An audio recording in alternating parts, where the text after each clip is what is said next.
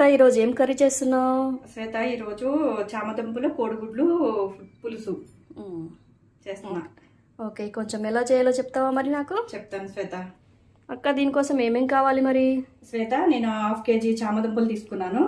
అవి ఫస్ట్గా ఉడకబెట్టుకుని పొట్టు తీసుకుని పక్కన పెట్టుకోవాలి. నెక్స్ట్ ఎగ్స్ ఉడకబెట్టుకుని పక్కన పెట్టుకోవాలి. ఆనియన్స్, పచ్చిమిర్చి, చింతపండు, వెల్లుల్లిపాయ, అలాగే పసుపు, ఉప్పు, కారం తీసుకుని పక్కన పెట్టుకోండి. స్టవ్ ఆన్ చేసి బాండి పెట్టుకోవాలి.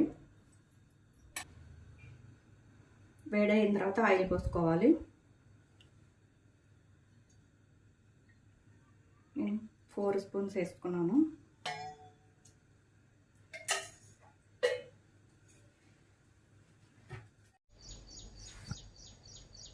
శ్వేత ఆయిల్ వేడైన తర్వాత పోపు దినుసులు, పచ్చిశనగపప్పు, సాయమినపప్పు, జీలకర్ర, ఆవాలు,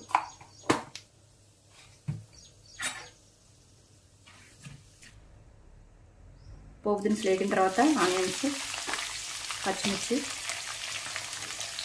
వేసేసి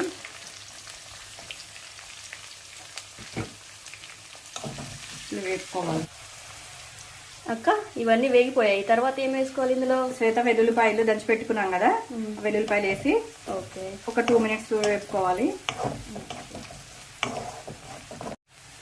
అక్క వెల్లుల్లి అన్నీ వేగిపోయాయి. నెక్స్ట్ చామదుంపలు ఉడకపెట్టుకున్నవి అందులో వేసేయాలి శ్వేత. ఓకే, వేసేసి ఒక్కసారి తిప్పుకొని చామదుంపలు వేసేసిన తర్వాత పసుపు,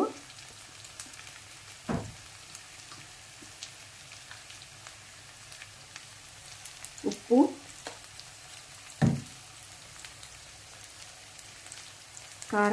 కారం మీరు తినేదాన్ని బట్టి వేసుకోండి. పులుపు ఉంటుంది కాబట్టి కొంచెం కారం ఎక్కువే పట్టిద్ది. ఒకసారి తిప్పేసుకొని 1 నిమిషం మగ్గిన తర్వాత వాటర్ పోసుకోవాలి కొన్ని.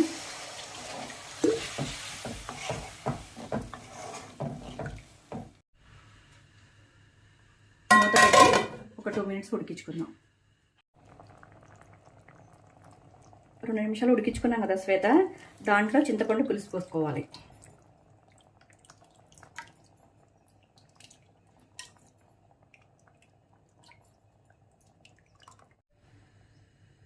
ఓకే అక్క, పులుసు కూడా పోసేసుకున్నాం కదా, మరి నెక్స్ట్ ఏంటి?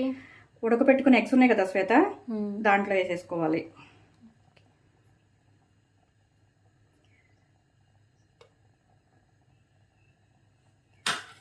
వేసుకుని ఒక 5 minutes ఉడికించుకోవాలి శ్వేత.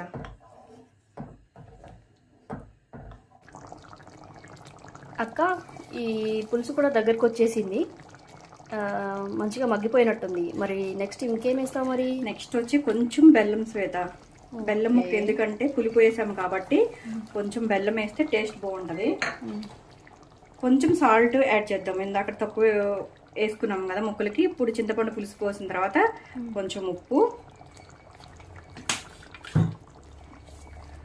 కరివేపాకు లాస్ట్లో వేసుకుంటే పులుసులో ఫ్లేవర్ బాగుంటుంది. అవును, మంచి స్మెల్ కూడా వస్తుంది.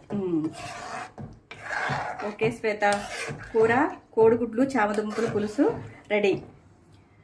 శ్వేత చామదుంపలు కోడిగుడ్లు పులుసు రెడీ అయిపోయింది. నేను బౌల్లోకి తీసేసుకున్నాను. ఓకే ఫ్రెండ్స్, చామదుంపల కోడిగుడ్ల పులుసు రెడీ అయిపోయింది. ఈ వీడియోని మీరు తప్పకుండా చూడండి. మీకు నచ్చినట్లయితే లైక్ చేయండి, షేర్ చేయండి, సబ్స్క్రైబ్ చేయండి. Thank you friends.